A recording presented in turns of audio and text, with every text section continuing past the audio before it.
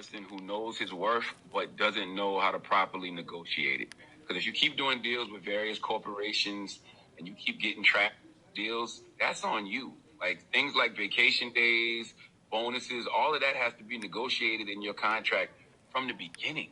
Should that be as manager or as agent or as an attorney? Charlamagne, you're not going to get it because I own this.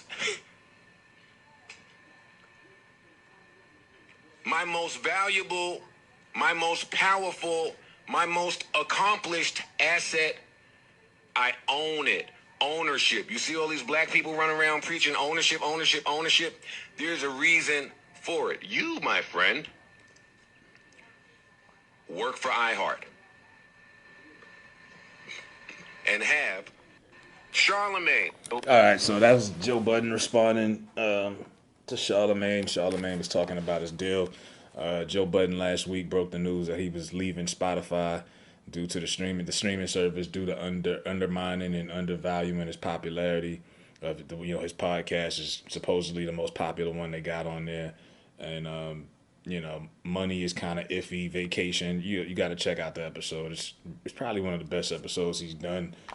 Even if you're not a fan of Joe Budden, you can learn a lot about negotiating in business. But then Charlamagne stuck his nose into it, and they got a weird relationship. They're kind of like frenemies, then they're buddies, then they're, I don't know. But Charlamagne, like Joe Budden said, y'all talk about ownership and y'all throw around black ownership all the time. Half of these motherfuckers don't own shit. Now, if Oprah don't own the OWN network, what makes you think Charlamagne owns any of the shit he's a part of? Like Joe said, I own my biggest platform. You work for iHeartRadio, Breakfast Club. You've been there 10 years. Great run. As much money as they've made, and they've all become millionaires since doing Breakfast Club, based off culture value and how popular the Breakfast Club is and all the markets, they not making as much money as they should based off their worth. You're an employee. You've been there 10 years. You're trying to leave. Remember, Charlamagne is supposed to be announcing his departure soon. You're trying to get out of there. You've been an employee for 10 years. You're trying to get other TV deals, and he's had television deals. Most of the shows cave. He's got a new one coming out on Comedy Central. Best of luck to him. But like I say, when they made that deal with Breakfast Club 10 years ago, I'm pretty sure they didn't know how popular the show was going to be. They probably took low money, and they had to renegotiate a few times. They got elected to the Radio Hall of Fame. Congrats on that. But Joe is telling it like it is. Nigga, you don't own none of your shit. You don't own that podcast with Andrew Schultz. You don't own, you work for people. You a worker, and that's fine. There's nothing wrong with being a worker. Rather it's working for corporate companies or you an essential worker, you clock in. But don't be running around here talking about ownership and people putting out bad deals. Like, you ain't never made a bad deal before. You know what I mean? Like, you ain't never made a bad deal. Charlamagne makes it seem like he's never done anything wrong. His whole career, he's just been killing them. And I'm like, bro, you've had some fucked up shit go on in your career also.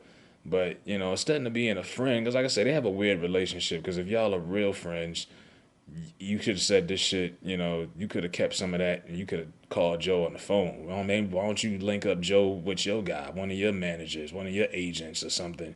And if you really want to see Joe do well, make sure that Joe does negotiate good deals. Instead, you get on here and try to make him look like he's that crazy light-skinned dude who is so obnoxious and so arrogant. Oh, Joe's attitude holds him back. He can't negotiate deals because he's a problem. And they're like, that's not the case. And if someone was to hear what Charlamagne had to say, they probably wouldn't want to do business with Joe. Joe is going to do, but like I say, Joe has a platform that's good. I'm not the biggest fan of his show. I check out segments. I don't watch the whole show because I just don't have 3 hours of my time to just watch three niggas sit on the couch and talk hip hop. But if you do, it's a good show.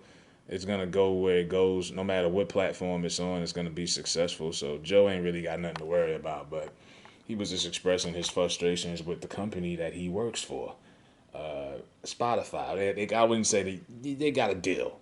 They got a distribution deal. Because the Joe Budden podcast was already out before, I think, the Spotify deal. It was just a regular show at first, independent, and then it took off, and then Spotify got involved. Sometimes that could have been Joe's worst problem, was ever getting involved with Spotify in the first place. He should have just kept it independent, SoundCloud, iTunes, 100%. Pay yourself, pay Maul, pay Rory. Should have never got involved with these companies. That's what I think.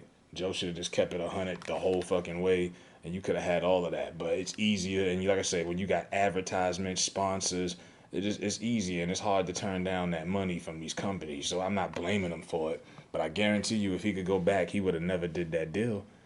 He would have kept it 100. So it is what it is, man. But Charlamange's a fucking hater, and the rest is history.